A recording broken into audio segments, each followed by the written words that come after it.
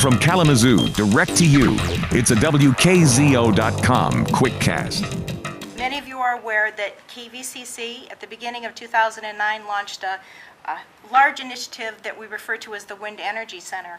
And the Wind Energy Center encompasses a number of programs, one of which we're here to talk about today, the Wind Turbine Academy.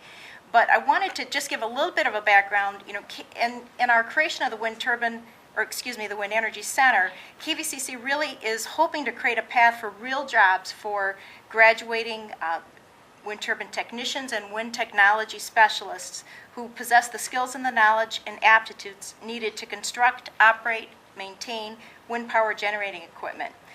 We also hope that through the Wind Energy Center we are able to promote Michigan's reputation for a skilled workforce capable of supporting the wind energy industry in manufacturing, construction, and the operation and maintenance.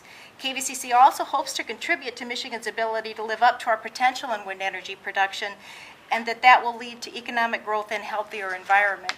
So the context of the Wind Turbine Technician Academy is really much broader. It's about helping Michigan exploit our potential in this new and emerging industry. Well, it is a delight to be back on campus again. And, it was so exciting. It wasn't this room, but it was here on campus last winter. It was a snowy day. I can remember being with Bobby Hopewell and waiting for the wind to turn things. We said, well, we'll just have to go out and get all the politicians with all their hot air, and that thing will be spinning around. But, many of you know I'm the top Republican on the Energy and Environment Subcommittee. And you don't have to be there very long to know about the need for the future. And that's really where community colleges come into play. And in Michigan, we've had a more severe impact than any other state. Our unemployment rate is almost twice the national average. And we want jobs that our families will stay here, period. I was very impressed with the presentation not only last January, but almost a year ago today, I think, when we went out to the site and did the ribbon breaking for the first 80-meter job that was going to be there. And after that January meeting this year, Jim and I sat together with Marilyn. I said, this is exciting. This is the future.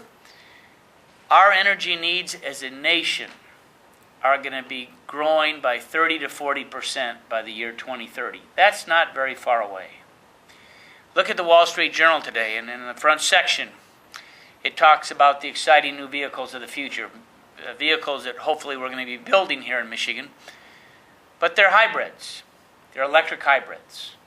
And we saw the great news on the Chevy Volt a couple weeks ago, 230-some miles per gallon. Some of those vehicles will never use an ounce of gas. They'll all be plug-ins. And the other auto companies are doing the same. Toyota, Ford, Chrysler, Fiat, they're all there. Our lives are going to change dramatically. It's one of the reasons why we're going to need more energy. And we want it to be clean energy. I'm a supporter of renewables. It needs to play an important part on our journey to increase our electric needs by 30 to 40%. And we can do those jobs right here.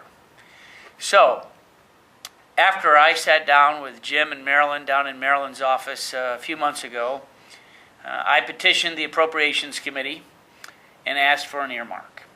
You never get what you ask for. I wish I had. Well, then we'd be really flying out of here. But every little bit helps. And I was able to get a $350,000 earmark included in the Labor HHS appropriation bill. Funds all of education. There's not a lot of money that often goes to community college, but they recognize the need and the performance that our community colleges fulfill. We're also able to get a smaller one for Lake Michigan College. And working with the partnership that already exists with Western, there's not a better place than here to do it. We're manufacturing a lot of these parts here in our congressional district, but in Michigan, but we need to do more. We want the employees that can do this. And so the $350,000 was included. I called Marilyn right away. I said, Marilyn, and Jim maybe too, I said, don't breathe a word of this because things can change. And it came to the House floor, and it was one of the last votes that I cast before I came back for this work period. was to make sure that that bill itself passed with the earmark intact. Now, it's not a done deed yet. When I go back to Washington in 2 weeks, Congress reconvenes the day after Labor Day. I will be sitting down with both of our two senators, Levin and Stabenow. I know that they will support this project. I'd like them to work with their colleagues on the Senate Appropriations Committee to make sure that when this legislation goes to conference, that we're able to preserve the money that we have in the House bill and maybe get an add-on. We'll see. That's happened with 94. The three of us worked together, and that's one of the reasons how we got such a large earmark for 94. But I feel pretty good about the potential for this money to actually get to the president's desk. And it's going to mean jobs. And wouldn't we rather have people working and paying taxes in good green jobs, new technology that's going to stay here, helping fulfill the mission that community colleges really do perform? That's what this is all about. It was going to happen, but can we make it happen a little faster?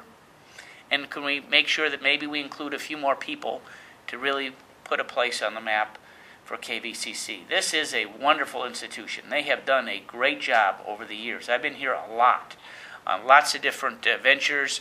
The vision that the team has, that has the support of the community and millage and all those different things. This is it. This is the future. We want to be part of it. And with this earmark, in fact, we're a little bit more in the driver's seat than ever before. So I'm delighted to be a part of it, but you sold me. I didn't sell you. This program is terrific, and it should continue, and with this earmark, we're going to be all better off. So if you happen to see Senator Stabenow or Levin here in the next couple of weeks, I'm going to be on their case come September when I see them, and I'm sure that they'll be helpful. There's no question about that. And at the end of the day, the fiscal year starts October 1st.